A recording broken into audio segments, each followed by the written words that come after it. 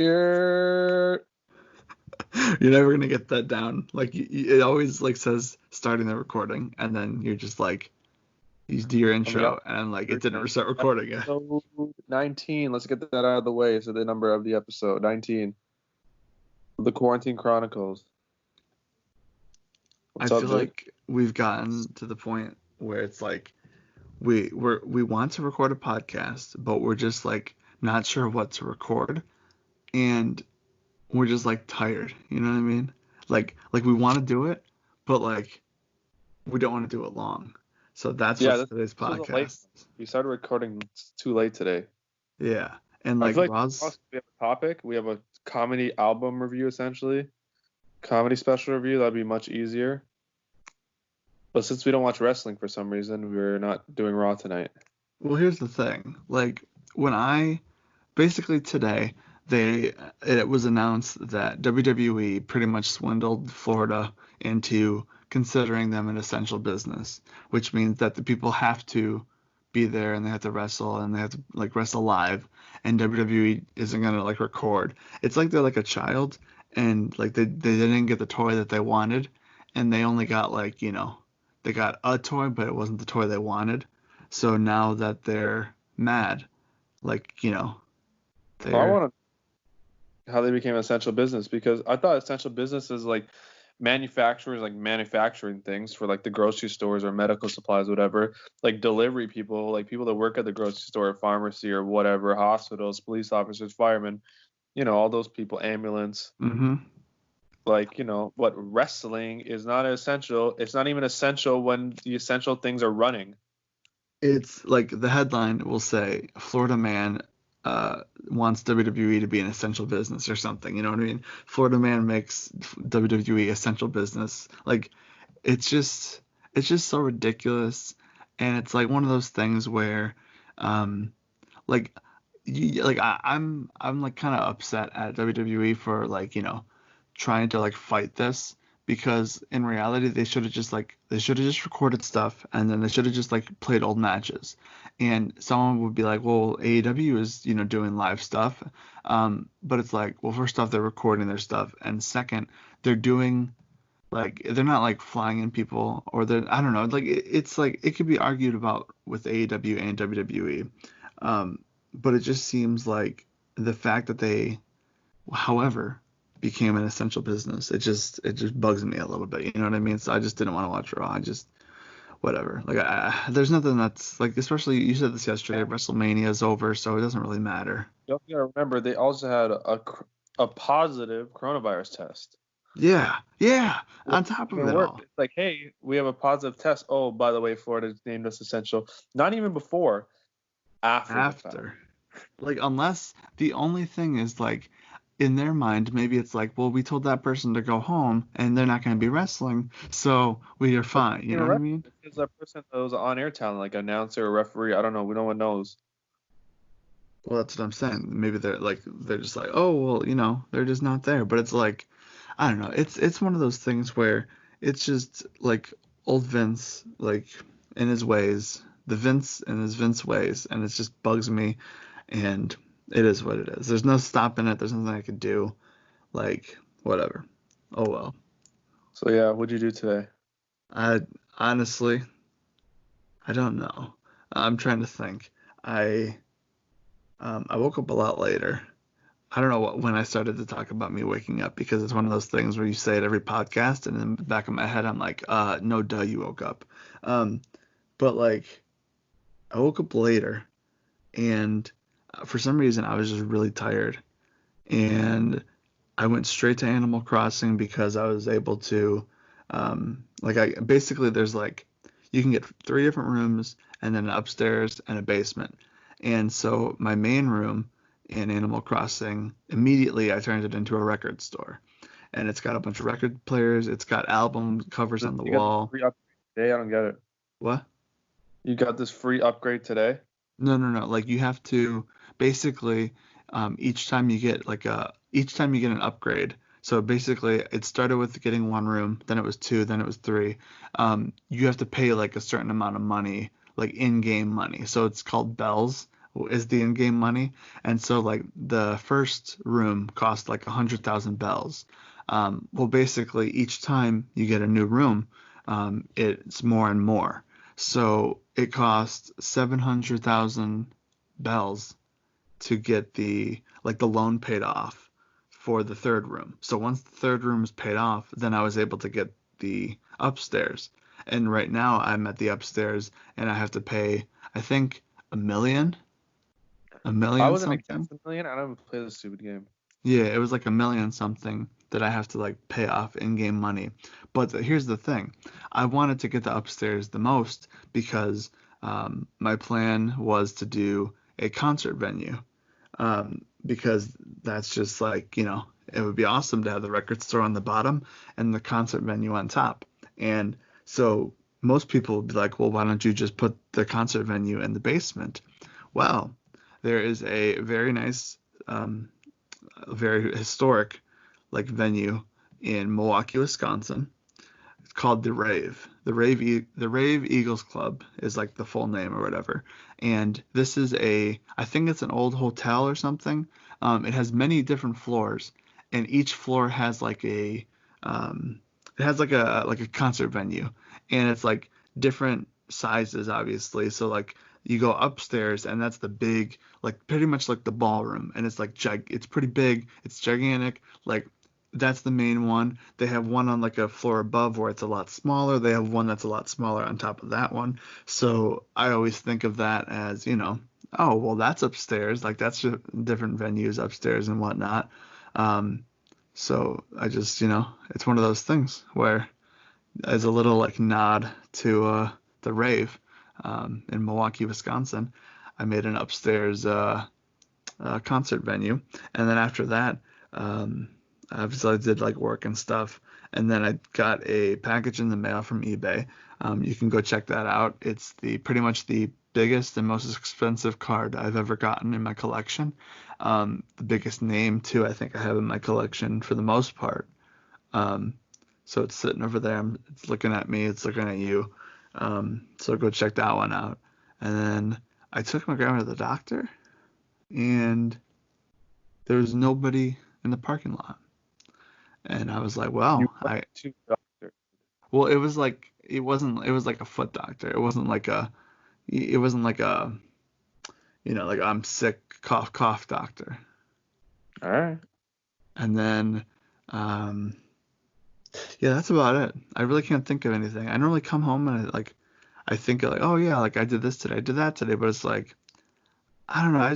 There's really not much to do. Justin, what did you do today? So I woke up trying to learn about these stocks, dude. Trying to study on some stuff because like I'm home. I feel like I need to learn something. Well, okay, so do you want to get in stocks just because you feel like you need to learn something, or because Breach has been going nuts about stocks? A little mix of everything. Okay, because basically, let me tell the story real quick. So basically, on the Barstool World, a couple months ago, maybe like a month ago, I wanted to buy into Penn National Gaming, which is the stock, or which is the company that, like, they're a gambling company. They have like casinos all over the place. They bought Barstool Sports, and so I bought into some of their stock because it was real cheap, and I knew that it was going to go up, and I kind of wanted to, have an investment in the company that invests and owns Barstool Sports anyway. So I forgot how he found it, but Stevie Breach, friend of the show, Stevie Breach, he basically like came into the Barstool world through the Dave Portnoy pizza reviews, like pretty much anyone does. I feel like a lot of people come through and like find out what Barstool is because of those pizza reviews. And then he found like the vlogs that's called Stool Scenes. It's pretty much like a day in a life slash like The Office type videos where it just kind of shows The Office and everything that's going on a daily basis. And so he started to follow Dave Portnoy, and Dave, ever since the quarantine started, has been going nuts with the day trading and the stock market and everything. So Stevie Breach over here is throwing his money into the stock market when, everything is down because of everything that's happening in the world. And he's been going nuts about this. He's buying Cheesecake Factory. He's buying What else he's buying? He's buying some random stuff like JetBlue. Um, he's going crazy, and he's following the book of Dave Portnoy, which isn't the book to follow. But then again, sometimes it is if if he finds the right way. And so Breach was in a call, and Justin kind of like got the little itch to do this. So Yeah, Justin, you're I was thinking about it anyways. It's like everything's down. Let me look into stuff. You look into stuff that you know or you like, and that's what I've been doing. I mean, it's Uh, not the worst idea. yeah, I did that this morning. And like literally, I was gonna invest in a stock last week, but it takes 3 to 5 business days to transfer money, and that Yeah. stock went from $16.50 to $21. So do you think that you're gonna wait until it goes down again, or are you just gonna It's at get 19 in when you now. can? I want to get in at 19 because I think it's gonna go up. Okay. Air What Canada, was it? Canada's biggest airline. I feel like Yeah. Canada, like out of all the airlines we have, that's the one that they'll probably like. That's the one that will they'll try not to go bankrupt. You know what I mean? If that goes Hmm. bankrupt, kind of screwed here. And they're currently using that for as cargo planes. So I'm doing my research. What was the 52-week high on that one? I think it's 50 something Okay, or that's not bad. 60. Like, here's the 50, thing. Like, I know 50. nothing about stocks. I'm pretty sure Justin doesn't know that much about stocks, and I know Breach doesn't know that much. Like, everybody's pretty much on the same page when it comes to like, stocks in the stock market, where it's kind of like you look at it and you're like, hey, like I think this will make sense. Like this makes sense. Like I remember a couple of years ago, this was like maybe like I don't know, between 6 and 7 years ago, I want to say, I looked at You know what WWE stock. Meltzer thought it was. I mean, Meltzer was telling us when to sell. Well, no, but like a couple like 6 or 7 years ago when I really didn't know much and I was just getting into like, YouTube and stuff in the wrestling world. I looked at WWE stock and I was like, man, it's only like, I don't know, maybe it was like $6, $7 at the time. And I was saying like, oh, WWE never misses a show. They're, 52 weeks a year, like live all the time. They're never gonna like go away. Like it would be good to buy WWE stock because they're only going to go, like they're always going to be around. And when the network launched, and then like the years after that, and then the like the $1 billion buyout for SmackDown that Fox did, I think the highest it got was around $90, and this was very recently, the past couple of years. And I'm like, I man, if I would have bought it at $7 and almost it hit came, 100. I think it was like 95. yeah, it was close. It was like 90 something. I know for a fact it was 90 something. Don't know exactly how close it got to 100, but it was definitely really high. And I was like, man, imagine that.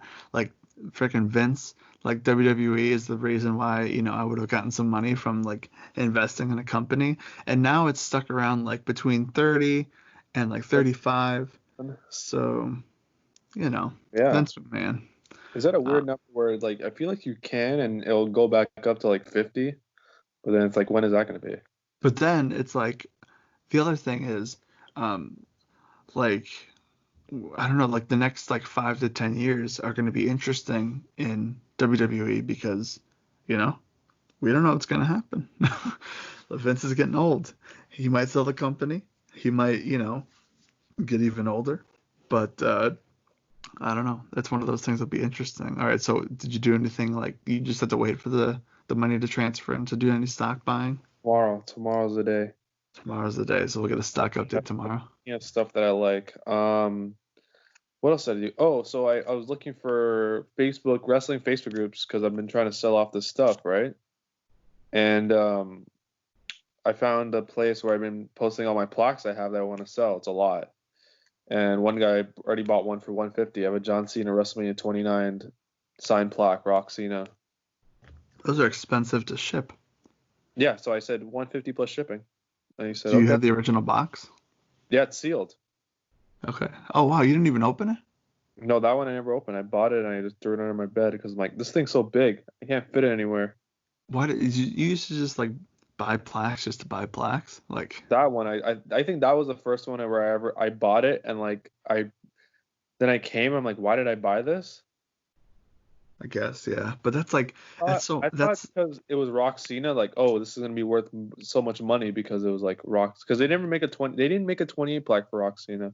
Yeah. They just made a 29 plaque and like, oh, Rock Cena, maybe this will go up in value, you Was know? it signed by The Rock? No, if it was, I would have kept it. It was just Cena. Just Cena. Oh yeah, because I guess he won. That makes sense. So See, was it originally 150? they should have done. They should have done a lot of plaques. Dude, I'm still waiting for that Money in the Bank 2011 plaque. Oh yeah. I mean, What were you gonna say? What were you saying? no, I was just saying like, was it originally 150 when you bought it? I think it was like 125. Oh, It's not much, but the dollar is in Canada to American is worth a lot more. So I'm making like maybe like $80 on this okay. deal. So you are making something even though it was just sitting in your Yeah. room for X amount Yeah. of time. Like literally what? They're 2013, so 7 years. And when you think about it, like you were mentioning, like you're selling your DVDs and stuff, like the DVDs in a way are kind of like the stock market because all those Ring of Honor and PWG DVDs, like back in the day, they were just like $15, $20, like they didn't mean Yeah. anything. Now they're a lot. Money. Yeah, like some of them you could sell for like 10, which I probably bought a lot of them for 10 because I used to buy them a lot on those sales, like those 40, 30, 40, 50% off sales, Mhm. or buy like two get one free or something like that. And Yeah, like those all those the thing was to invest in ROH if you bought DVDs was those comps because people love those compilations. dude, the punk comps, like I want to buy all those punk comps from you, but they're just like so much, and it's like I just don't want to pay that much just to watch CM Punk I matches. have CM Punk comps. I have pretty much all the Bryan Danielson comps. Yeah. I have like a bunch of Samoa Joe, like Tyler Black. Like I have all the guys, Claudio, Chris Hero, Kings of Wrestling. Like I have so much stuff that are worth money. Even like American Wolves are worth like it's worth money. I'm like, what am I gonna do with all this? That's the thing. It's like the Summer of Punk, like that was one that I never bought for some reason. The Second City Punk DVD. There's another Second City one. money. I don't know why they're worth so much money. Yeah, it's like it's crazy, and it's like it's one of those things where like I want to buy them from you, but I know that I'm not gonna spend that much money. But who am I holding you from like selling a stupid $20 DVD for like $100 or something crazy like that? You know what I Yeah. mean? It's crazy. ROH, Like it's just like, matches. hold on, the ROH on HD Nets, those things like if you get sell them in a set, they're worth money. Yeah. Like I have that 1 to 10. It's nuts. It really is nuts. Like people just like it's one of those things where people just want to see like the current talent back in the day. You know what I mean? Like So right here, I got it says Kenta Go to Sleep, Kings of Wrestling, and Davey Richards comps. All three of them sold for $120, crazy. like together. So the most I probably paid for those two together were 50 to 60. So that's almost doubling my money. The only thing I remember buying, like old rare DVD wise, was I bought literally my first purchase on eBay ever was Ring of Honor, Punk the Final Chapter. I think I bought it for like $20. Yeah. And So it hasn't gone up in value. Actually, it's probably actually worth less now. It's weird. it's probably like the most like rare that just never went up in price than I when feel it like did. that we paid more for that DVD then than it is worth now. Yeah. Like, but that's one of those where I just needed to have. I just needed that in my collection. You know what I mean? Yeah. Um, Like like, all those Kevin Steen DVDs I own pretty much. yeah, I think I got most of the Kevin Steen DVDs. I And I wonder. have one. I have Final Battle signed by Generico and Steen, but I'll never sell Oh, that that's one. pretty good. Yeah, I would never sell that one either because El Generico's dead now, so that's like pretty good to. That's the I have an El Generico DVD. Like I met him and I bought his comp for Hmm. like $10, and it's just a DVD signed with his signature on the disc. Like, I wonder if that. You remember the documentary that the Young Bucks made, like the Young Bucks like Too Sweet Journey or whatever?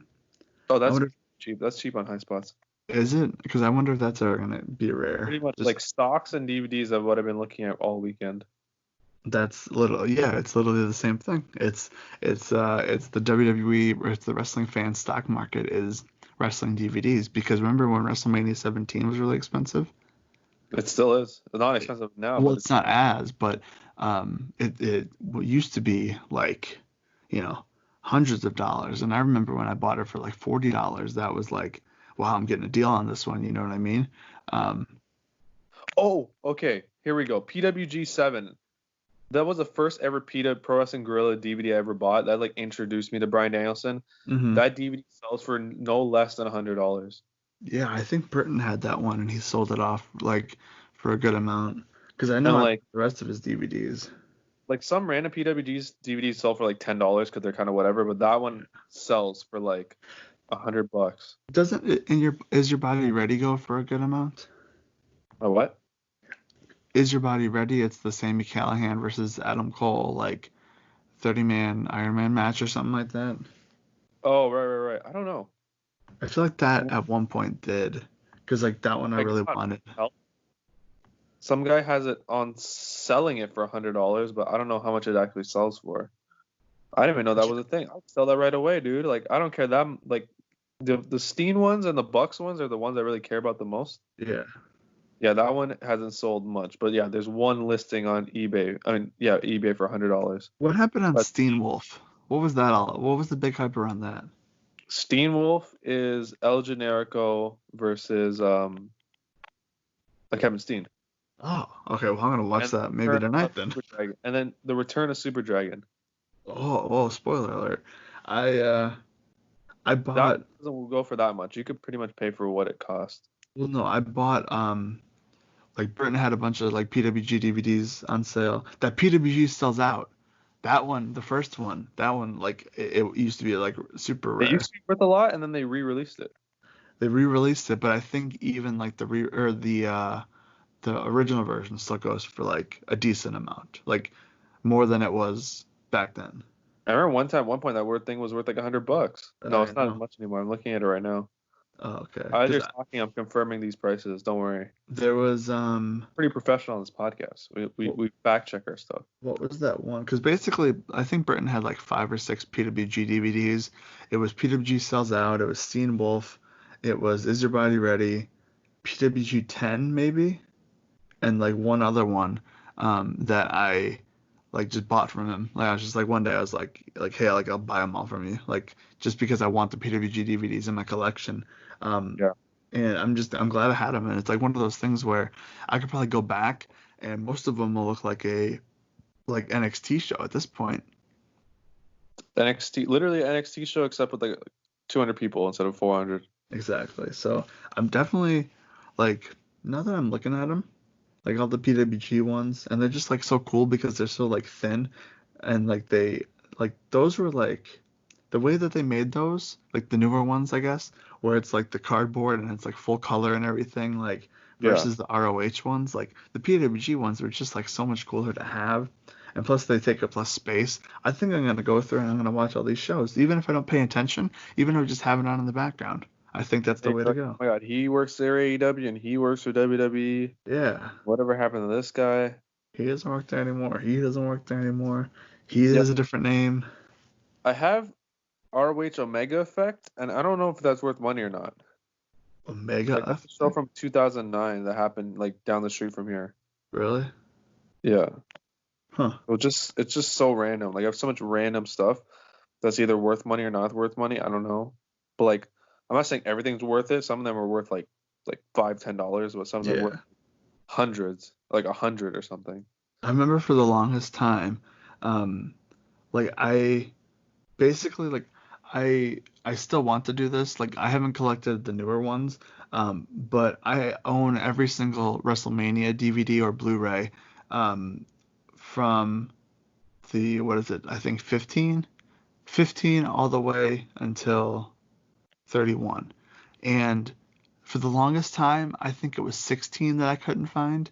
Um, and like it was just so much on eBay, and like I just didn't want to buy it on eBay because it's one of those things where it's like, it's more about the ride, not the destination. So like, I want to find it. And one time I walked into a half price bookstore, which is pretty much like a secondhand book and like multimedia store or whatever, and there was a cart filled with wrestling, WWE, TNA, Ring of Honor, like DVDs that someone just pretty much, it was pretty much like if you brought your collection into a secondhand store and they just just gave them all to him. Like, here you go. Like, I don't want these anymore. And the store, they didn't want to go through each one to check them. They sold each one for $3 a piece. I got WrestleMania 16, the final DVD that I needed to find. I got that for $3. That was a steal. Let me tell you. Like, that was awesome to find. I think I got like the best of AJ Styles and TNA, which was like, not super rare, but it's like, it's still hard to find. It's out of print, obviously. So Yeah. I'm gonna go through them all because the thing that I did was like each time I would like collapse my DVD collection, um, and get rid of more and more WWE DVDs out of my shelf and put them into like drawers. I would keep the independent wrestling DVDs because those are the ones where it's like these are the ones I'm gonna want to watch back. You know what I mean? So everything else is on the network if I really want to watch it, but these are the ones where I can't just easily find it online. So I still have more stuff I did today. We're still talking about my day, dude. We went on a rant. what else did you do today? So I went and I tried to sell. I have figures. I have like all these wrestling figures I want to get rid of. Some of them are rare because like I have that Undertaker Shawn ringside figure exclusive WrestleMania 25 Mm, that I saw that goes for like $100. Like I saw it goes for like 70, and the package it was like open loose figures that went for $70. yeah. So like I'm trying to sell that off. So I'm just trying to get rid of all this stuff that's just sitting in that room that I walked in. I'm like, why am I? What? These are all in boxes. I'm never gonna watch these. hmm I'd like to have some of them if I could go back and watch them, but not all this stuff is kind of just a waste. Yeah. I know I I'll got keep the what's it called? because like I feel like a lot of that's not gonna be worth much, hmm and those are fine to have. Like just have like my own WWE network in my room, I guess. Exactly. The ROH stuff, most of that stuff I'm never gonna go back and watch. Like I don't have the time. hmm So I'm going to get rid of a lot of the ROH stuff and keep the ones I really like and just get rid of sets. But like I'm glad I can do it now and I have the time so I can just go one by one and start listing off prices and like trying to sort them out and then figure out how much I could sell each one for. I And transitioned from wrestling DVDs to getting CDs and full albums and vinyls and records and stuff. So I feel you on that one. oh, you? Yeah, I'm done with collecting. I feel like I'll get some random like signatures and whatever, but like DVDs I think I could stop. Like, anything I'll go back to like Blu-rays if WWE has like good Blu-rays, but even that I might just like chill on that. Ever since the network, it's just like I can just go watch it on I the have network. I haven't bought a Blu-ray. I haven't bought a wrestling like WWE DVD anything since Elimination Chamber 2014. I went Wow. to WrestleMania 30 and I didn't buy it. I went to 32, didn't buy it. And went to 34, didn't buy it. Went to SummerSlam, didn't buy it. What else have I I gone to? I got United what's it Chamber. called? Um, I when I went to WrestleMania 31, obviously like I wanted to eventually own the DVDs and stuff. I waited on both, and I got the DVD on Black Friday from Walmart for $10. I found it in the bin. It was great. Like it was like in the you know how they have like on Black Friday they bring out those cardboard things, and I got I found that DVD, and then I think it was a couple months later on remember WWE DVD News, that website? Yeah. I I was won a fame, dude. I was OG. oh true. Yeah, I remember that was like a thing. I won a contest on there. I think all you have to do is like retweet something. I won a contest on there for a Blu-ray of WrestleMania 31. And I was so And happy because like I wanted to get both the Blu-ray and the DVD, and I didn't have to pay for the Blu-ray. I only paid $10 for the DVD, and I went to the show. Like literally couldn't be any better than that. all right, one more thing I did. I got a what's it called? Oh, I was in like this Q&A thing, like a very private Zoom meeting with a comedian from LA. Oh yeah. Like he's from Toronto, but he moved to LA. He was telling us the biz, all this whole thing. It lasted about an hour and a half. So I learned a lot of more inside scoops. Like he lived here. He did album, like he done the circuit for years and years. He's done festivals. He did like stuff in the States, and then he finally got his green card and he like built his portfolio. Then he moved to LA, and then he's on like a TV show. He still does stand up and just telling us like the ups and downs, him finding his voice, just like the biz essentially. That's pretty sweet. So like more, and then he like literally was like, hey, if you ever need anything, just like shoot me a DM on Instagram. I'll help you out. Well, that's pretty nice of him. Would you ever think about moving to anywhere other than Toronto? Oh yeah, if I made it, I'd definitely move to LA. There you go. That's where all the comedians are, or New York, one of the other. But I feel like Toronto's a good hub. Like if you're in, like here's a spot you want to be to do comedy because there's so much comedy around. Mm-hmm. Like I live in a good area to build off of. Yeah. Everyone You go out on the street, you go see the Maple Leafs game. That's comedy. Exactly. You can go see the Blue Jays. That's comedy. If you see the Raptors, that's now it's comedy. No. I guess. A couple of years ago, Drake's there. That's comedy. We're the world champs, dude. That's true. Like the season ended after you guys won the thing, so it really makes you think. Throw it up. But is that what you did today? Yeah, pretty much. I watched a movie on Netflix called what is it? Something about some girl, some letter. I can't remember. I don't know, but that's a good transition into what we're doing tomorrow. Tomorrow, we're going to be watching and talking about the new Crystalia special. Or there we go. Sorry. What? Bulldozing you. To All the Boys I Loved Before. That's what it was called. Oh, you watched that? Yeah, dude. Why? I don't know. I just remember everybody going bananas about that last year when it came out. Bro, it was a good movie. You should watch it. A little rom-com? I don't know. I guess, but like. Bro, you like the Jim Pam relationship. You can watch a rom-com. You're fine. I'm just saying, like, I just never knew what it was about. I just knew that everybody went bananas about it last year. Yeah, just like a high school rom-com. It's fine. It's pretty good. I just watched all 3 High School Musical trilogies, or movies in the trilogy, so. If you watch that, you could definitely watch. Yeah, but, all right, well, on that note, tomorrow, Crystalia, new special on Netflix. Pain. Exactly. No pain. Let's do a video podcast. I'm wearing my Crystalia sweater. All right, I'll draw up a Crystalia shirt. Well, on that note, we're going to end it there, and we'll see you tomorrow. Yeah.